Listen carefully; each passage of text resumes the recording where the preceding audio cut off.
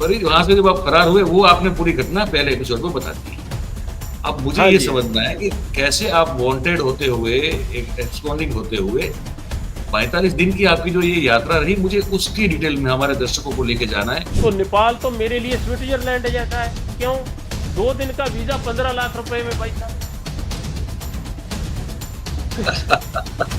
2 दिन का वीजा जो है 15 लाख में नेपाल का वीजा लिया। सबसे महंगा कंट्री हो गया। तो फिर वहां से मैं दोहा की, ये कतर एयरवेज की दोहा से फिर मैं मॉन्ट्रियल आता हूँ। ईटीडी मेरे पास होती है। कनाडा में उतरने पे मेरे से कोई क्वेश्चन नहीं ऐसे पूछा जाता 9 महीने कहाँ थे भाई, क्या करके आए, क्या था क्या, क्योंकि कनाडा में कोई आप पे केस नहीं होना चाहिए। तो ये थी मेरी फरारी। लेकिन जो मेरी फरारी के दिन रहे, उस पे तो एक बहुत बढ़िया ग्रेट एस्केप जैसी फिल्म या वेब सीरीज बन सकती। गोदी मीडिया ऑनलाइन इंडिया में नहीं है, कनाडा में सभी रिपोर्टर्स को। तहलका रेडियो टीवी एक करके है, उनका मुझे फोन आया, मेरा प्रोग्राम था शेड्यूल्ड। बोले भाई साहब प्रोग्राम नहीं हो पाएगा, हम किसान कॉरपोरेशन पे बात कर लेते हैं। मैंने कहा वो क्यों?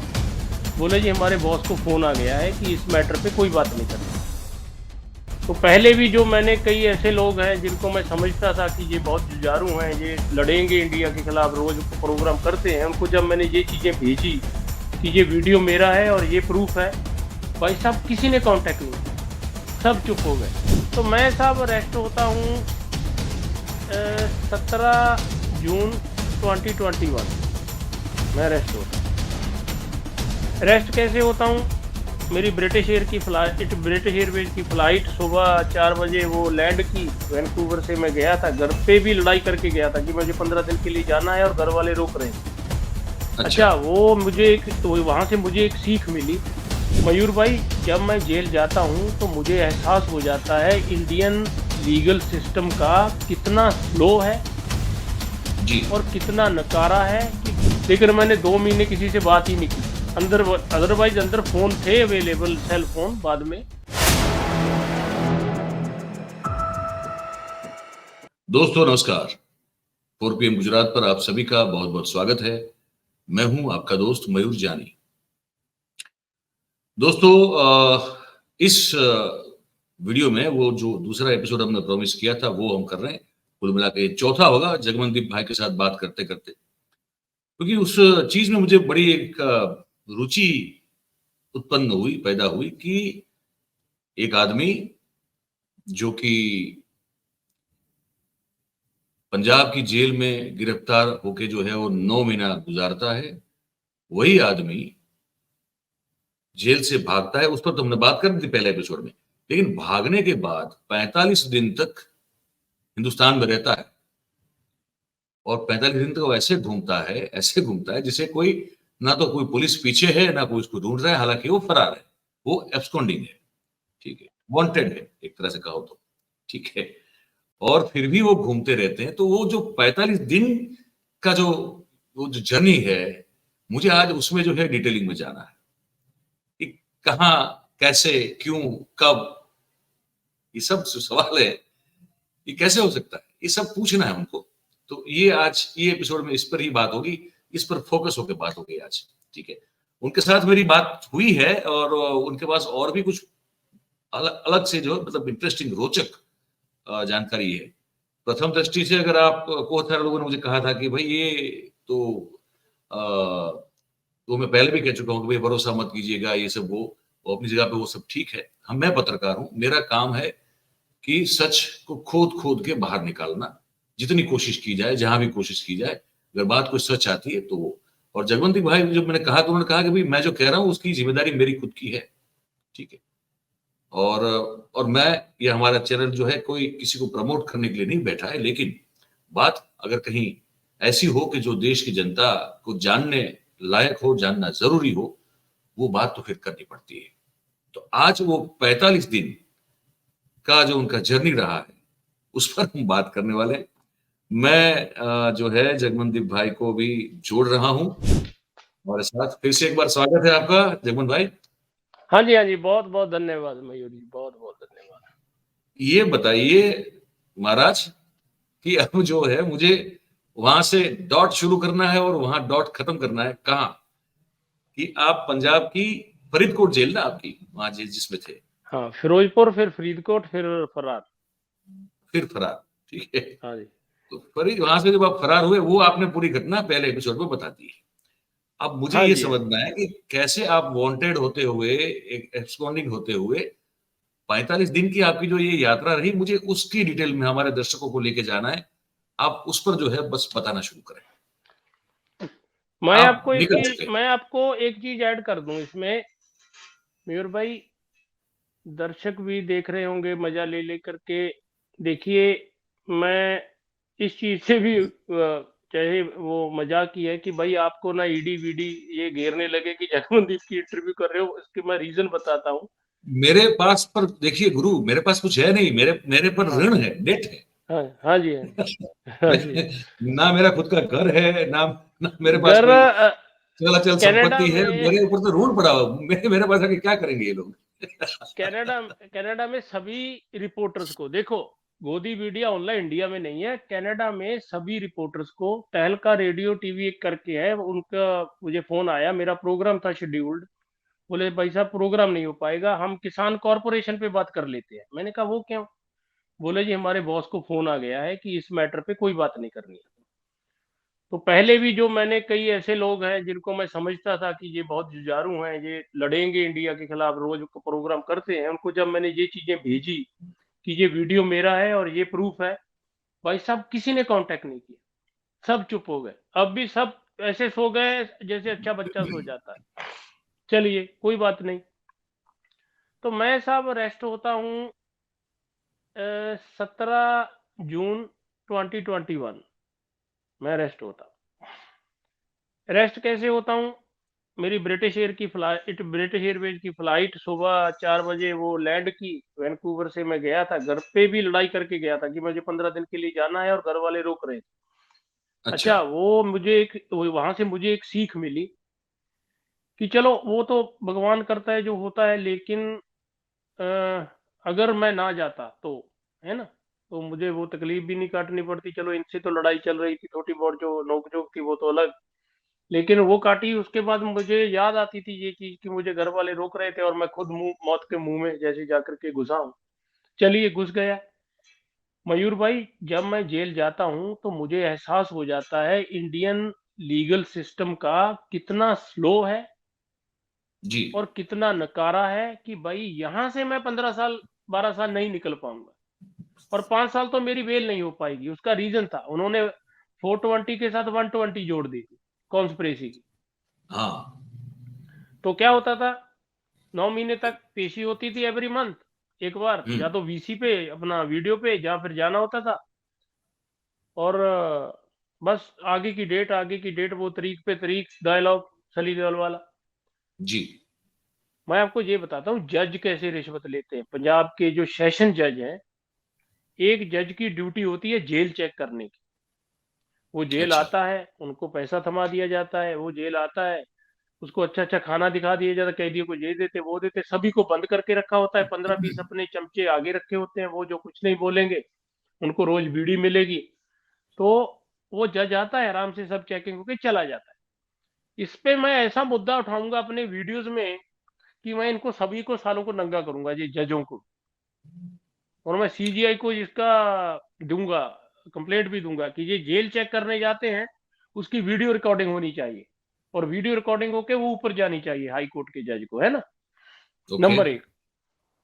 चलिए अपना मयूर भाई, मैं अरेस्ट होता हूँ तो 6 महीने, अच्छा पहले 2 महीने तो मुझे ऐसा लगता है जैसे मैं किसी मेले में आया हूँ। मुझे पकड़ने या पकड़वाने वालों को ऐसा था कि ये एनआरआई है। इतना मेरा वो चमड़ी वो सफेद जैसे छिला हुआ आलू होता है, ये तो जून का महीना, इसकी तो चीख निकल जाएगी, ये 2 दिन में हमसे समझौता कर लेगा, है ना। जी। लेकिन मैंने 2 महीने किसी से बात ही नहीं की। अंदर, अदरवाइज अंदर फोन थे अवेलेबल, सेल फोन बाद में। जी। जी। घर पे भी मैंने 1.5 महीना बात नहीं की। क्यों? मुझे एक आदत है, मुझे आप मिट्टी, कैसा भी बिस्तर दे दो, कैसा भी चीज दे दो, मैं वहां पे सो जाऊंगा, मुझे कोई परवाह नहीं है। मिट्टी ओके। है, गंदा है, कीड़े हैं। हम जब गेहूं या ये धान काटा करते थे तो मशीन रात को जब बंद करते थे हार्वेस्टर 4-5 बजे, क्योंकि वो गीला होने लगता था, तो वो नमी तरेल की वजह से, तो जी। उसी के नीचे वो ऐसे बचा करके सो जाते थे। कोई ऐसा नहीं होता था घर पे जाके बेड पे सोने, ऐसे वैसी में एक कीड़े वीड़े फुर्र फुर्र हो रहा है। तो जब इनको लगा कि ये बंदा नहीं टूटेगा, है ना, 6 महीने जी। फिर दोबारा फिर दोस्ती शुरू हुई। अच्छा, मुझे खुंदक थी कि मुझे पहले तो सालों ने साथ नहीं दिया, अब मुझे, है ना, फिर मैं भी चल पड़ा अपनी साजिश को वही अंजाम देने। चलो ठीक है भाई, दोबारा से दोस्ती, चलो ठीक करते हैं। तो क्या होता है हम्म। कि लकली मेरी हिप में एक गलत इंजेक्शन लग जाता है, जिसकी वजह से मेरी बाई ये जो है टांग लेफ्ट साइड की, वो उसमें ब्लड फ्लो थोड़ा स्लो हो जाता है। क्या वही जेल में? हाँ, जेल में। तो जेल में ऐसी मेडिकल सहूलत जैसे ज्यादा नहीं है फिरोजपुर, तो मुझे वहां से फरीदकोट शिफ्ट करवाया जाता है पहले, नहीं, बहाना पर वो बना के। इंजेक्शन इंजेक्शन किस चीज का था, क्यों लगाया गया था? देखिए, मैंने जैसे बता चुका हूँ कि मैं अफीम यूज करता हूँ। तो मुझे, जब मैं जेल जाता हूँ तो मुझे बहुत ज्यादा, मेरा ये टूट रहा था शरीर, जैसे आपको तोड़ लगती। तो अच्छा। वो नींद का और नशे का होता था। लेकिन क्या था कि वो कोविड जेल थी, 15 दिन वहां रहना होता था। वो खड़े खड़े के अंदर ही जाली के बीच में से ऐसे इंजेक्शन सुई निकाल के इंजेक्शन लगा दे, पता नहीं चल लग रहा कहाँ कहाँ पे लग रहा है, लेकिन इंजेक्शन लगाते कौन है? सरकारी डॉक्टर आधा घंटा ड्यूटी पे आता है जेल का, आज भी जाके कोई चेक कर सकता है। जेल में जो लोग पकड़े हुए हैं नशे की ये गोलियां बेचते हुए दुकान वाले, थोड़े बहुत आरएमपी होते हैं, उनको ड्यूटी दी जाती है दवाइयां और टीका लगाने की। तो गलत अच्छा। टीका लगा। सिफारिश से मुझे वहां से फरीदकोट शिफ्ट किया गया, फिरोजपुर से। फरीदकोट में मैं 1 महीना रहा। 1 महीने बाद मुझे गुरु गोबिंद सिंह मेडिकल कॉलेज फरीदकोट में शिफ्ट कर दिया गया। जी। लेकिन वहां भी आपके पैर को वो कड़ी लगी रहती है बेड जी। पे। आम वार्ड में आप होते हो, बाकी लोग भी होते हैं। जी। तो भाई साहब, जिन लोगों की मेरे पे ड्यूटी थी वो दोस्त बन गए, वो भी खाने पीने वाले। जी। शाम को 4 बजे मुझे खोल लेते थे, गाड़ी उनके पास होती थी, ये 2-3 मंजिला हॉस्पिटल है। हम जाते थे, फिश लेते थे, दारू की बोतल लेते थे, पीते थे, खाते थे आराम से। तो 1.5 महीना ऐसी सिलसिला चला ये खाने पीने का। अच्छा। हाँ, मैं गया हूँ 7 दिसंबर को मैं गया हूँ, 27 जनवरी को मैं भागा हूँ। 2021? 22 में, 22 22? में, हाँ, December 7, 2021 तक मैं जेल की हवा खा रहा था। December 7 को मैं गुरु गोबिंद सिंह मेडिकल शिफ्ट होता हूँ फरीदकोट जेल से। और 2022 जनवरी 27 को मैं फरार होता हूँ। एफआईआर की कॉपी मैं आपको भेज दूंगा, वो आप लगा देना इस पे, मेरे पास जी। पड़ी हुई है।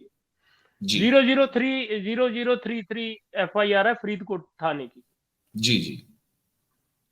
तो भाई साहब, जेल वो, हाँ, हॉस्पिटल में मेरी बायोप्सी वगैरह होती है, सब कुछ होता है, धीरे धीरे जैसे इलाज चल रहा है। लेकिन जो उनके वीसी थे, वाइस चांसलर मेडिकल कॉलेज के, उनको फोन आ जाता है सिरसा साहब के बंदे का, जो बहुत ही अच्छा। बड़े पॉलिटिशियन, कि इस बंदे को दोबारा जेल भेजना नहीं है, इसको यहीं रखना है। अच्छा। क्यों रखना है? 1.5 महीना मेरे से आकर के मुलाकातें होती रही अलग अलग लोगों की, ये हमारा बिजनेस का चलता रहा।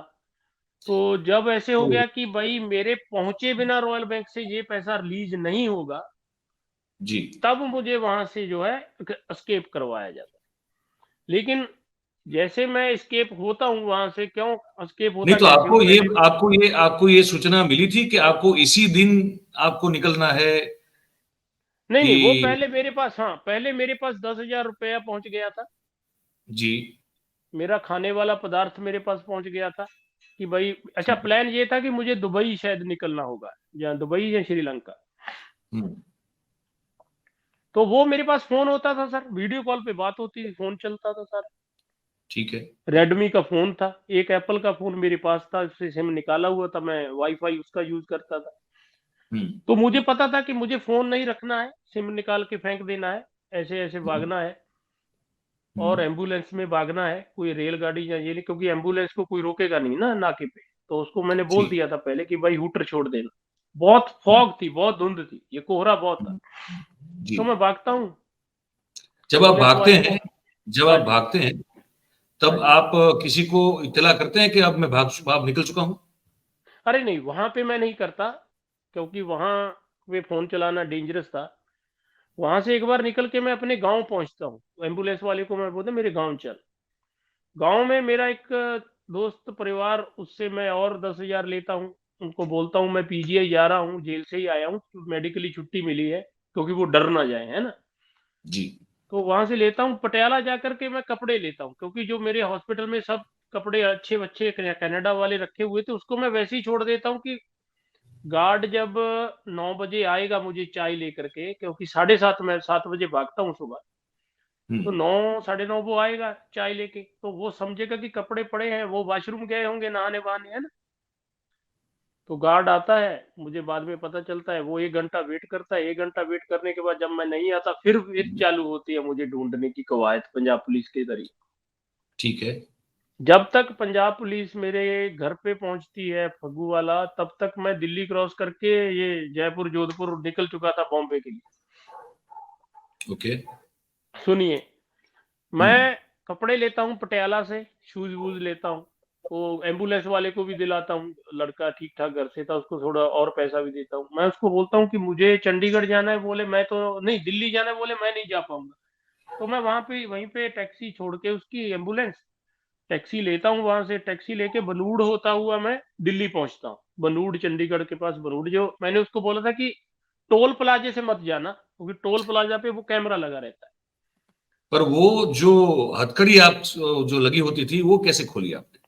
अच्छा, वो क्या हुआ कि 14-15 दिन पहले मुझे बोल दिया गया था कि जो आपको ये एक हथकड़ी लगा के नीचे गाड़ी में जाकर के सो जाते थे वो गार्ड, वहीं पे नहीं सोते थे वार्ड। हम्म। तो स्कीम ये थी कि उसको तंग करना शुरू कर दिया रात को, मैंने बार बार उठाना कि मुझे बाथरूम आ रहा है। हम्म। वो आता था, खोलता था, मैं जाता था, 15 मिनट बाद फिर पड़ सो जाता, फिर आधे हम्म। घंटे बाद उसको फोन करता, मुझे वॉशरूम जाना यार, कोई प्रॉब्लम हो गई है, ये तो वॉशरूम बहुत आ रहा है। तो करते हम्म। करते वो बोला कि यार तू कहाँ भागेगा, ये ले चाबी ले ले, जब भी उठे जा। तो अच्छा। चाबी मुझे दे दी गई थी। हाँ, पहले तो अच्छा। मैं मजाक मजाक में ऐसा करने वाला था कि वो पूरी चेन और लॉक और चाबी साथ में लेके आने वाला था, कि जब उनसे पूछता जो कि सालो चाबी लॉक कहाँ गया, चेन कहाँ गई, है ना। चलो, वो क्या होता है कि वो सस्पेंड होते हैं, 60 डे के बाद उनकी बहाली हो जाती है। तो हाँ। मैंने बाद में उनको बोला भी फोन करके कि भाई आपको कोई आर्थिक मदद चाहिए हो, आप सस्पेंड हो जाओगे अभी, तो मुझे बताना, मैं पैसे पैसे मैं वैसे उनको देता था, पैसा भी देता था, खिलाता पिलाता भी था, कि भाई साहब जी। देखो मैं तो वापिस आ नहीं सकता। उन्होंने ट्राई भी बहुत किया मुझे फोन करके कि वापिस आ जाओ, हमारी नौकरी का सवाल है। मैंने कहा वापिस तो मैं नहीं आऊंगा, लेकिन तुम्हारी मैं हेल्प कर सकता हूँ, मुझे कोई खाता दे दो, मैं आपके 10-20 लाख डाल देता हूँ खाते में।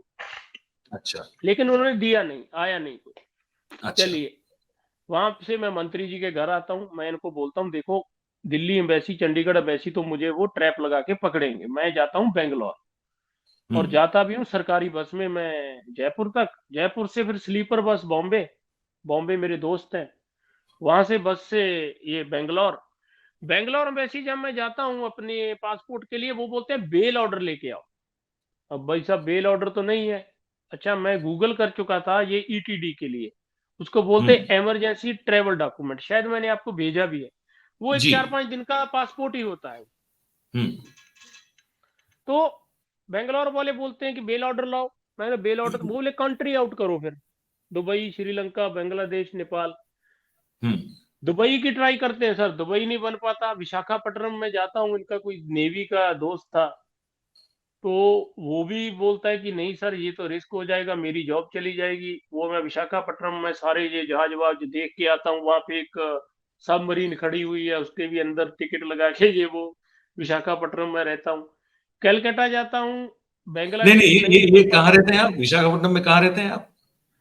तो विशाखापट्टनम में मैं क्या करता था, जिन लोगों से मैं बस की टिकट खरीदता था ना जी, हम्म। उन्हीं को बोल देता था मुझे कोई कमरा दिला दो, मेरी आईडी, मैं यहाँ मेरे ट्रक चलते हैं, ट्रक का एक्सीडेंट हुआ वहां उसको देखने आया हूँ, ड्राइवर पकड़ा हुआ है पुलिस ने, कल जाऊंगा देखूंगा, लेकिन आज मुझे आप रूम दिला दो। तो वो बस अच्छा। वाले जिनसे स्लीपर बस वालों से टिकट लेता था, उन्हीं के पास पैसा मंगवाता था। अच्छा। तो ये आपको अफीम की आदत है? आप कह रहे हैं आप अफीम का, आपको आदत है अफीम लेने की? उनको 1,000-2,000 दे देता था, उन्हीं नहीं नहीं, से मैं मैं एक चीज और, होटल एक का चीज और कमरा पूछ बुक रहा हूँ आपसे। करवाता था। जगमन भाई, एक चीज और पूछता हूँ, माफ कीजिएगा बीच में डिस्टर्ब कर रहा हूँ, पर काम की बात है ये। आप कह हाँ। रहे हैं आपको अफीम की आदत है हम्म। ना? तो ये सब जो 45 दिन में आपको तो रोज अफीम चाहिए होगा, होता होगा। बिल्कुल। तो कैसे आप उसका आपने जुगाड़ कैसे किया? भागने से पहले मेरे पास जिसको आप बोले पाव, एक पाव आ चुकी थी भागने से पहले, अच्छा, और वो ही पाव मेरा 45 दिन का चक्कर जो है उसमें लगा, वो एक पाव। अच्छा, तो मैं स्लीपर बस से बांग्लादेश इधर कलकत्ता से ट्राई किया, बोले जी एनआरसी जब से लगा है सख्ती बहुत हो गई, आप ब्रह्मपुत्र नदी से त्रिपुरा साइड से पार शायद कर सकते हैं। अच्छा, तो मैं सिलीगुड़ी, पटना, पटना से सिलीगुड़ी, सिलीगुड़ी से असम, असम से त्रिपुरा शिलोंग होता हुआ ट्राई करता हूँ, उधर से भी नहीं हो पाता। वापस फिर असम आता हूँ। जब असम में आकर के खत्म होती है वो अफीम, तो मैं मणिपुर वाली अफीम लेता हूँ वहां से 15,000 रुपए की। अच्छा। वो लेकर के दोबारा पटना साहब आकर के मैं मंत्री जी के पास फिर आ जाता हूँ घर पे। फिर मैं पूसा में ठहरता हूँ उस टाइम। जी, जी। मंत्री जी के पास भी ठहरता हूँ और पूसा। और वो बोल रहे हैं कि अब फिर तुझे निकालें तो कैसे निकाले, बोले जी नेपाल सही रहेगा, क्योंकि उनके जो ड्राइवर हैं या और भी लोग हैं वो नेपाली थे ऑलरेडी वहां। तो अच्छा, एक एक एक चीज़ और मैं आप कह रहे हैं कि मंत्री जी के वहाँ आप जाके रहे, वापस रहे। तो वहाँ जब रहे तो आप उस उनके घर में रहे पहले? हाँ, वहाँ उनके पहले, मैं पहले गेस्ट हाउस दिल्ली में, में रहा। हाँ, दिल्ली वाले? दिल्ली। हाँ, दिल्ली वाले, अच्छा, नंबर तो थ्री, वहाँ नंबर थ्री आपने कृष्णा मेनन मार्ग। हाँ जी? नंबर 3 कृष्णा मेनन मार्ग। अच्छा, हाँ। तो ये वहाँ आपकी मतलब मुलाकात, बातचीत रूबरू किस-किस से हुई वहाँ, जब आप उनके सभी वहाँ वापस प्रबल, चले गए? सभी प्रबल के सामने ऐसे मैं टेबल पे ऑफिस में बैठा हुआ हूँ। ऑफिस की फोटो मैं निकाल रहा हूँ, वो मोदी जी के साथ तोमर साहब खड़े हुए हैं, ये वीडियो, वीडियो तो चलो पहले का था। तो मैं तो बड़े आराम से, कोई अच्छा क्या होता है गेस्ट हाउस में प्रॉब्लम ये आ जाती है कि वहां पे दारू नहीं मिलती पीने को। फिर मुझे उड़ीसा का एक ड्राइवर था, उसको बोला जाता है कि इनको पूसा में शिफ्ट कर देते हैं। तो मैं पूसा में 7-8 दिन पूसा में रहता हूँ, 21 फरवरी से लेकर 27 फरवरी। एक बात कहें आपको हाँ जगमोहन हाँ। भाई, बुरा मत मानिएगा, पर हाँ जी, हाँ जी। आप अफ़ीम का भी नशा करते हैं, आप शराब का भी नशा करते हैं, तो कई कुछ सुनिए, लोग ये भी सवाल उठा सकते हैं कि भई ये जो आदमी इतना नशा करता है, उसकी बात पर भरोसा कैसे किया जाए? अरे सुनिए भाई साहब, कॉरपोरेट ने क्या किया, कॉरपोरेट ने जब देखा कि अफीम और भांग, भांग देखिए आप वेद पढ़ोगे तो शिव जी ने या जो वो भी जो वेद लिखे हैं उसमें भांग का पौधा सबसे ऊपर है। कॉरपोरेट ने जब देखा कि भांग और अफीम में मेडिकली गुण बहुत है, इसको आपसे छीन लिया गया, बदनाम कर दिया गया कि ये बंदा जो खाएगा वो नशेड़ी है, गंजेड़ी है। और जिस चीज से आपको बीमारी लगनी है, तंबाकू और शराब, वो आम कर दी गई, नंबर 1। नंबर 2, सर मैं उसको पंजाबी नहीं मानता जो शराब नहीं पीता, नंबर 1। हर पंजाबी शराब पीता है, अभी तो चलो छोड़ रखी है, लेकिन हर पंजाबी मैंने बहुत पी है, मेरे नाना दादा सभी ने पी है, दादाजी ने तो नहीं, नाना जी की बात कर रहा हूं, मामा जी की। जी, जी। अब आ जाते हैं अफीम पे। मैं जब छोटा था तो छोटे थोड़े दिनों का, बोले आप सुकड़ गया था तो बिल्कुल ऐसे उंगली की जरा भी मर जाएगा। अच्छा। तो मेरे नाना जी ने सरसों के दाने जितनी मुझे अफीम देना चालू किया, तो मेरे अंदर कीड़े थे, हाँ, हाँ। वो मर गए। मैं दूध पीने लगा और मेरी मदर बोलती है कि 8-9 महीने का तू ऐसा हो गया कि किसी से गोद में उठाया नहीं जाता। अच्छा। मैं एक चैलेंज करता हूं, कोई भी डॉक्टर जो आपका प्रोग्राम सुन रहा हो, मुझे जी। साबित कर दे कि अफीम जो कोई बंदा लेता है एज ए मेडिसिन, उसको हुँ, ये बीमारियां हो सकती हैं, या फिर अफीम या पॉपी सीड, जो पॉपी जो खसखस बोलते हैं, जब पॉपी बोलते हैं, ये हुँ। निहिंग लोग उसकी अपनी शरदाई बनाते हैं, ठंडाई बनाते हैं। जी। कोई भी डॉक्टर ये साबित कर दे कि इसमें कोई डेंजरस ऐसा केमिकल जो आपके शरीर को हानि पहुंचा सकता है,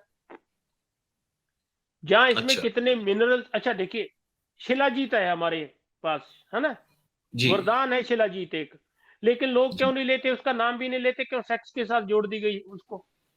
जी, जी। अपना अफ्रीका का डॉक्टर मोरबी मरवा दिया गया एलोपैथिक कंपनियों ने, क्यों क्यों बोलने लगा, बोला चावल के दाने जितनी शिलाजीत ले लो गर्म पानी के साथ, एक हफ्ता, महीने में हर हफ्ता ले लो, आपको कोई कुछ फूड, कोई कुछ खाने की जरूरत नहीं, इतने अच्छा, मिनरल्स और विटामिन हैं शिलाजीत में। अच्छा। वो तो सेक्स के साथ इसलिए जोड़ देगा कि वो आपका ब्लड फ्लो तेज कर देती है। देखिए जो जी, सेक्स की मेडिसिन आती है वो किसे, वो ब्लड फ्लो तेज कर देती है ना। जी। तो जी हमारे में इतनी अज्ञानता है हमारे लोगों में कि वो भांग को भी नशा मानते हैं, अफीम को भी, लेकिन शराब को नशा नहीं मानते, जिससे बहुत सारी प्रॉब्लम क्रिएट होती है, एक्सीडेंट होते हैं। जी जी जी।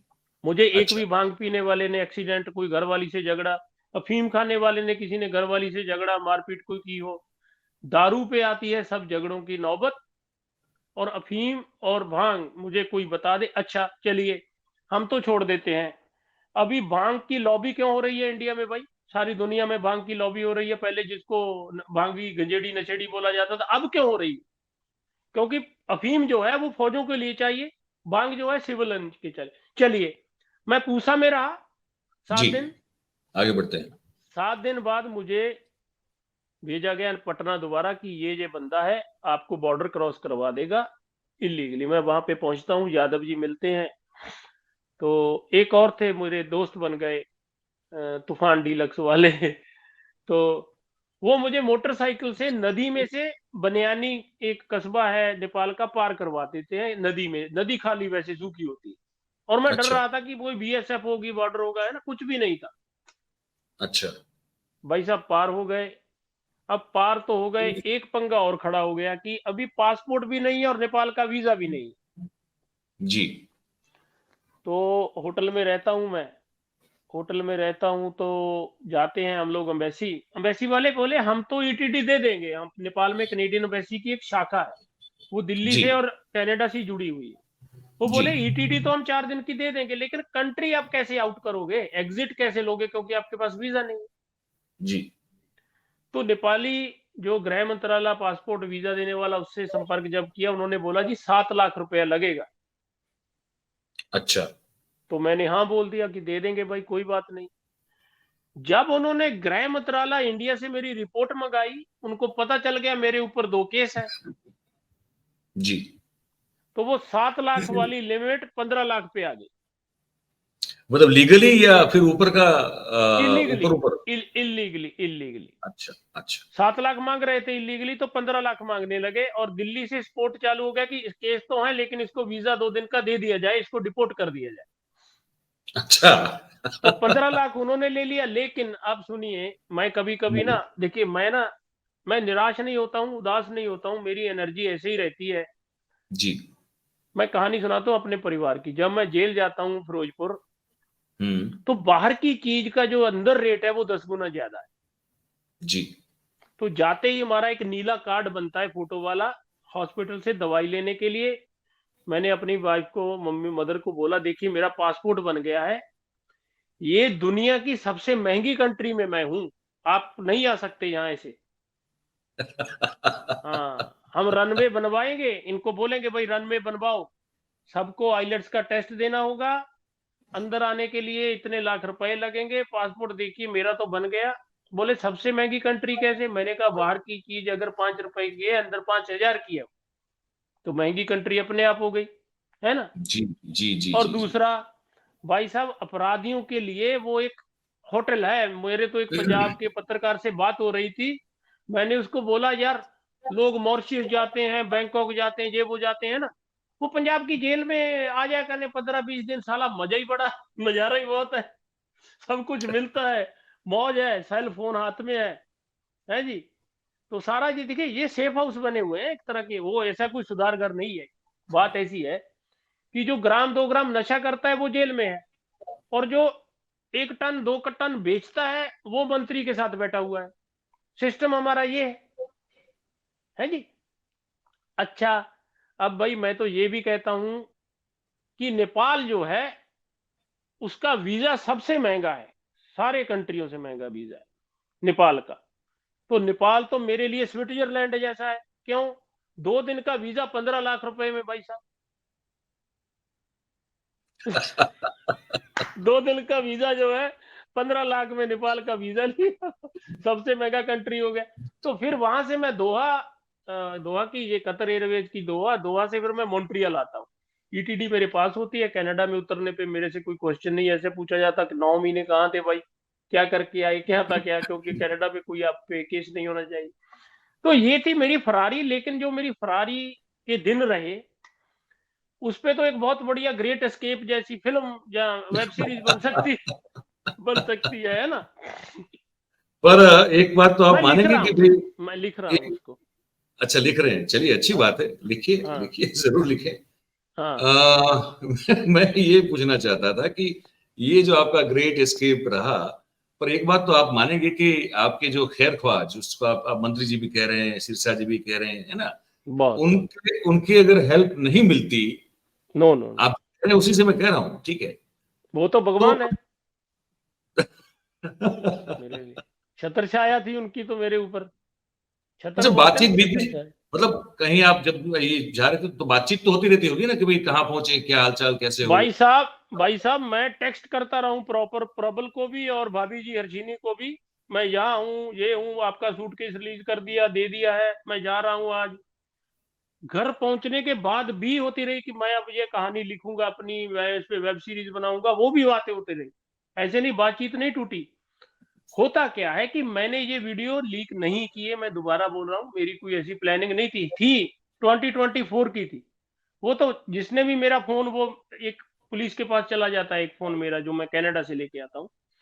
तो लीक किसने बेची या लीक की उसकी मुझे जानकारी नहीं, पहली बात। तो दूसरी बात भाई साहब, कि डर नाम की मेरे अंदर कोई चीज नहीं है। मैंने जिंदगी में बहुत रिस्क लिए हैं, डरता मैं बिल्कुल। मैं 8 साल का था जब हमारा जो फार्म है उसको जाने के लिए एक शमशान के पास से गुजरना होता था। तो वहां पे वो ऐसे बल रही होती थी चिखा, और मैं जा रहा हूँ, नहीं तो छोटे सा बच्चे तो वैसे ही भूत से डर जाता है ना।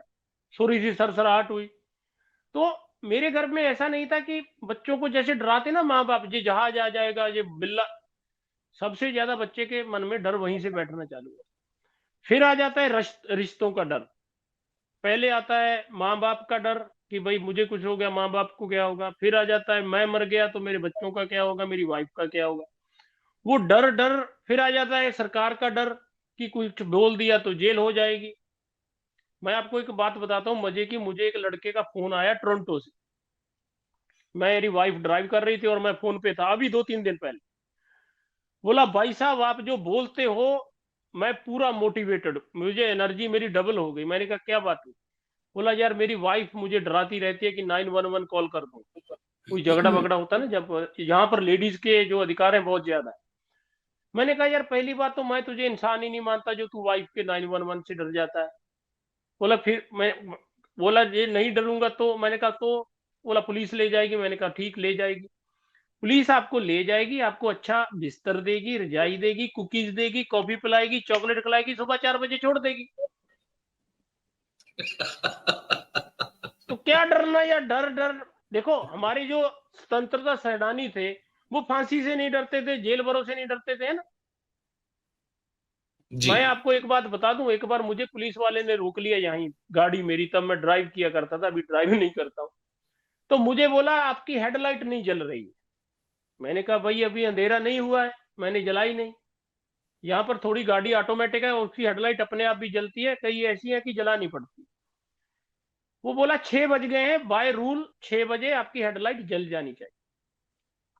मैंने कहा देख भाई, मुझे उसका तो पता नहीं, लेकिन मुझे अभी पूरा प्रॉपर दिख रहा है। और अभी यहाँ पर सूर्य क्या है कि गर्मियों में 10-11 बजे अंधेरा होता है, सुबह 4 बजे दिन, 10-11 बजे अंधेरा गर्मियों में, और सर्दियों में 4 बजे अंधेरा, और सुबह भी 9 बजे तक अंधेरा। अच्छा। बोला मैं टिकट दूंगा। मैंने कहा दे दे। उसने टिकट दी, मैंने फाड़ी मुंह पे फेंक के मैं आगे ड्राइव करके चला गया। लोग पुलिस से डरते रहते हैं, वो इंडिया जैसी, इंडिया वाली पुलिस का मेंटली यहाँ पे लेके आते हैं। वो यहाँ की पुलिस से भी वैसे डरते हैं। यहाँ की पुलिस ऐसी है, अगर आपको पता चल जाए कि उसके पास वो बॉडी कैम नहीं है और दूसरा पुलिस वाला उसके बाजू में अभी नहीं आया, आप जितनी गाली दो भर भर के उसको, वो हाथ नहीं लगा पाएगा। भाई ये तो ठीक बात नहीं है ना। डर की ऐसा नहीं बात करना। नहीं, नहीं नहीं, मैं डर की बात बुला रहा हूँ। अच्छा। लोग मेरे फैन हो रहे हैं कि जंगल भाई बड़ा बिंदास बोलते हो, ऐसा कैसे। मेरी वाइफ और मेरी मदर ने ये 4-5 दिन पहले मुझसे एक बात बोली कि तूने ये पंगा तो ले लिया, तेरे बच्चों का तूने कभी सोचा, तेरे तेरे बाद तेरे बच्चों का क्या होगा। मैंने उनसे एक बात बोली मयूर भाई जी। सीरियसली, कि यही जी। बात अगर गुरु गोविंद सिंह जी सोच लेते कि मैं जी। मुस्लिम बन जाता हूँ, हीरे जवाहरात ले लेता हूँ, कितनी बात है, टोपी तो पहननी है, कलमा पढ़ना है। मैंने कहा आज आपका नाम नूर जहां होता और मेरा नाम मोहम्मद अकबरदीन कुछ ऐसा वैसा होता है ना, नंबर 1। नंबर 2, हर सिख जो पाठ करता है, पाठ में उसमें आता है कि किसी को डराना नहीं और किसी से डरना नहीं, नंबर 1। नंबर 2, हम भगवान को तो कहते हैं जी, हमें शिक्षा ये दी जाती है कि मोह माया अहंकार से दूर रहो। सभी लोग पाठ भी करते हैं, सभी ग्रंथों में ये चीज है कि मोह माया। मोह क्या? अपने घर वालों से मोह, कि भाई हम मिट्टी के पुतले हैं, कभी भी कुछ हो। माया आपकी जो धन संपत्ति जो भी है ना, अहंकार।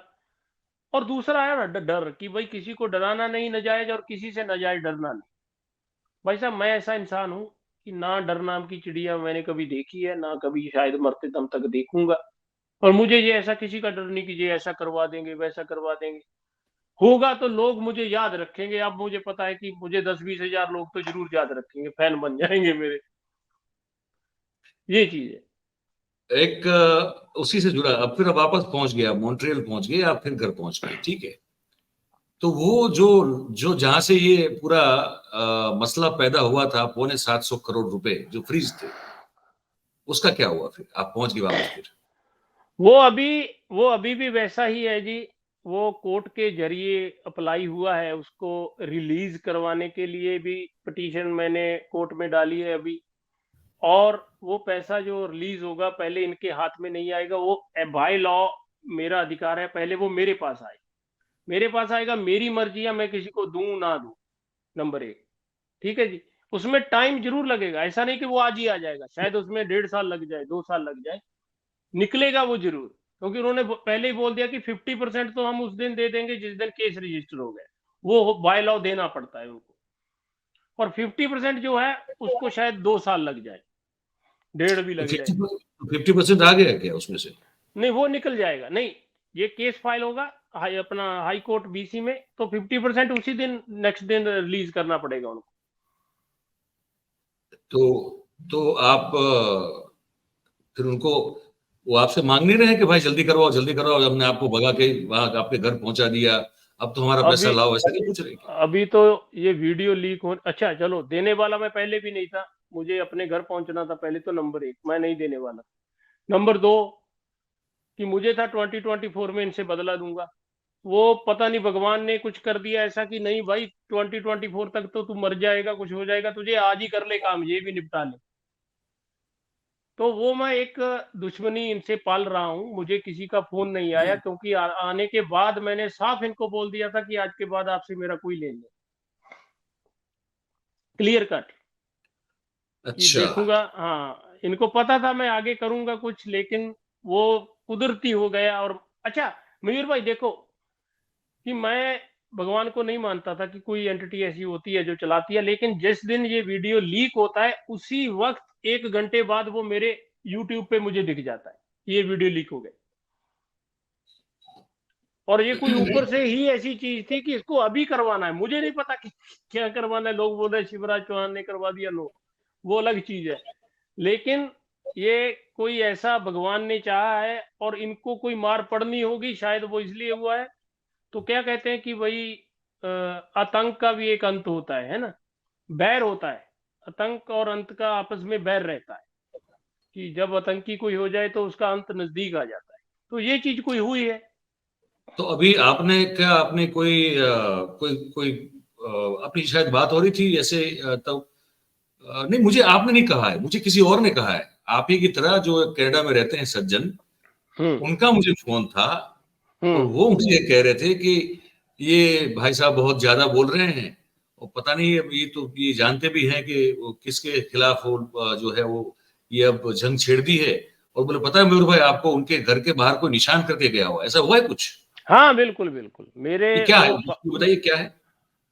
जब ये जंग छिड़ती है, तो उसी दिन मेरे एक फार्म हाउस की बाउंड्री पे वो ये जय श्री राम वगैरह ये लिख के गए हैं। पेंट हुआ था, मैंने पुलिस को कंप्लेंट कर दी थी, वैसे वहां पे मैं रहता नहीं हूँ। दूसरी चीज, अगर जो ये वो बोल रहे हैं कि किसके खिलाफ जंग छेड़ दी है, ये क्या जानते हैं इसके बारे में भाई साहब? मैं एक बात बताता हूँ आपको। अंग्रेज लोग और मुगल लोग सिख लोगों से इसलिए डरते थे कि इनके अंदर मौत का डर नहीं। हमारे लोगों में अभी मौत का डर, पुलिस का डर, जेल का डर भरा जा रहा है कि ये उठ ना पाए। कोई कबार कोई उठता है, जैसे दीप सिद्धू था, उसको जानकारी थी ये न्यू वर्ल्ड ऑर्डर की सब कसेगी, वो बता रहा था लोगों को, वो खत्म।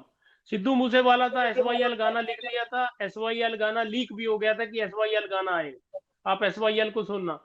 SYL का गाना इनके ऊपर एक ऐसा प्रहार था जैसे कोई न्यूक्लियर बम फोड़ दिया हो RSS के खिलाफ किसी ने, ठीक है जी, उसकी मौत होती है।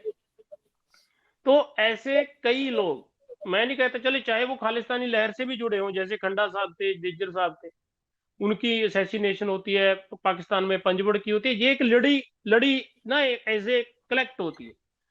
तो कुदरती उसमें मैं भी जंप कर गया हूं। होगा क्या होगा वो तो बाद की बात है, लेकिन अगर वो ये कहें कि भाई इसने किसके खिलाफ जंग छेड़ दी, यार वो भी तो हार्ड मास का इंसान है, डर तो उसको भी लगता होगा। कि एक फिल्म का भी एक डायलॉग है ना, भी डर तो उसको भी लगता होगा, मौत का डर तो उसको भी होगा, है ना। इतने गार्ड रखे हुए हैं जो साथ में, तो हमें तो मौत का डर ही नहीं, मौत का डर तो उनको है, डरे तो हमसे वो, हम के उनसे डरे। तो आपने क्या, आपके वहां जो पुलिस या जो सुरक्षा जिनसे वहां पे आपने ये कोई एप्लीकेशन या अर्जी या जानकारी दी है लिखित रूप से, कोई उस इस तरह से मेरे साथ कुछ कभी हो सकता है, तो वो ऐसा कुछ किया है क्या आपने? नहीं नहीं, उस दिन मैंने जरूर किया था, लेकिन अभी पुलिस में या स्टार्ट प्रोटेक्शन करने मांगा का, हो आपने? भाई साहब मेरे पास खुद का इतना असला है। पहली बात तो ये कि मैं हर वक्त अपने पास ये 25-30 गोलियां तो अपने पास रखता हूं भर के, पूरे दोनों पिस्टल ऑटोमेटिक। और मेरे पास इतना असला है कि 2 घंटे तो मैं किसी मिलिट्री को अपने घर में घुसने ना दूं। चलो वो बात अलग है, कोई अपना धोखे से मार जाए और हो जाए, वो हो जाए, वो अलग बात है। अरे यहाँ की पुलिस यार, ये वो मुझे क्या प्रोटेक्ट करेगी, ये चीजें मैं नहीं, ना मैं मानता हूँ, ना मैं डरता हूँ, ना मुझे ऐसा है कि मुझे मार जाएगा पुलिस कंप्लेंट करूं। हाँ कोई छेड़ेगा तो मैं उनको इन्फॉर्मेशन जरूर दूंगा कि ये हुई है, लेकिन ऐसा नहीं कि भाई मेरे बाहर 2 पुलिस वाले खड़े कर दो, है ना। वो मेरी सुरक्षा, मेरी अपनी हाथ, मैं अगर अपनी जिम्मेदारी पे ये बातें बोल रहा हूं तो मुझे पता है कि मुझे भाई जिस दिन मरना है वो गोली भी मेरे लिए होगी, तो क्या डरना। तो लोग भी फिर देखिए, ये मैसेज लोगों में सही चला जाएगा कि ये लोग गलत है, डर रहे हैं, है ना, हम सच्चे हैं। चलिए, आज ये खुलासा भी हो गया डिटेल में। आप वेब सीरीज बनाइए, हाँ मुझे जी, लगता हाँ है जी। अगर अच्छे से लिखेंगे तो लोग जरूर देखेंगे इसको, क्योंकि ये अरे बड़ी बॉम्बे रोचक वाले कहानी आपने है, बहुत, ये बहुत आपका अद्भुत प्रो, कहानी है। हाँ, तो वो जरूर से दिखाइए आप, और हाँ, बहुत बहुत धन्यवाद करते हैं। और भी आपसे बातें करनी और एपिसोड बनाने हैं, मुझे पता है कुछ हाँ और जी, हाँ मुद्दे जी, हैं मेरे पास, बिल्कुल और बिल्कुल। उस पर भी बात करेंगे। आज आपने वक्त निकाला, बहुत बहुत आपका धन्यवाद, और बहुत रोचक खुलासे किए हैं आज आपने बहुत बहुत शगुन भाई, बहुत धन्यवाद मयूर भाई, बहुत बहुत है ना। धन्यवाद। तो बहुत फिर मिलते हैं, धन्यवाद। एक हाँ जी, मतलब दर्शकों से भी जो है कमिटमेंट के, फिर मिलते हैं। जरूर और जरूर, हाँ आज जी, हाँ जी। के दिन ये एपिसोड में बस इतना ही है। जगमोहन भाई, बहुत बहुत धन्यवाद आपका कि आज हमारे साथ इस कार्यक्रम में जुड़े। देखिए भाई, दर्शक हमारा जो परिवार है, उनको बस हम इस कार्यक्रम की समाप्ति में एक ही बात कहना चाहते हैं कि फिर से एक बार कहेंगे कि ये एक, वो अपनी जिम्मेदारी से बोल रहे हैं। दूसरा, हम कोई सेंसेशन क्रिएट नहीं करना चाहते, वो हमारा उद्देश्य कभी ना था ना कभी है। तीसरा, जो उन्होंने कहा बीच में, अगर आपने सुना हो तो, कि भाई बहुत सारे माध्यम जो है, न्यूज मीडियम जो है, उन्होंने फिर इस बात पर बात करने से मना कर दिया, है ना। तो हम 4PM और 4PM न्यूज नेटवर्क जो है, उसका एक ही उद्देश्य है। हम भी ना दबते नहीं है, क्योंकि हमने कुछ ऐसा किया नहीं कि हमको दबा दिया जाए। मुझे पता है कि मेरे पास अगर कोई दबाने के लिए आएगा तो क्या मिलेगा उसको, कुछ नहीं मिलने वाला है, ठीक है। अच्छा, और सच है तो उसके अगर कोई बात लगती है कि सच्ची है, तो उस पर बात करना बहुत जरूरी हो जाता, तो हमने वो किया। ये कार्यक्रम अब आपने जो देखा, उस पर आप क्या अपनी राय रखते हैं, क्या सोचते हैं? हमारा कमेंट बॉक्स बिल्कुल आप ही के लिए खुला हुआ है भाई, आप उस पे अपनी कमेंट जरूर से लिखिएगा। और बातचीत अगर आपको हमारी पसंद आ रही हो, सही और सच्ची लग रही हो, तो फिर ये जो वीडियो है, इसको आप लाइक करें। इस वीडियो की लिंक को आप हो सके उतना शेयर कीजिए, ताकि ये जानकारी जो है वो ज्यादा से ज्यादा लोगों तक पहुंच पाए। और हमारा जो चैनल है, उसको आप सब्सक्राइब करें और अपने आसपास के लोगों से करवाएं। इससे हमको बल और समर्थन मिलता है, मिलता रहेगा। उसकी हमको जरूरत होती है, आपके प्रोत्साहन की, आपके समर्थन की, सहयोग की। बहुत बहुत धन्यवाद करते हैं आप सभी का, और हमेशा करते हैं, आज भी करेंगे, जो इस कार्यक्रम में हमारे साथ जुड़े हैं। Thank you very much. नमस्कार।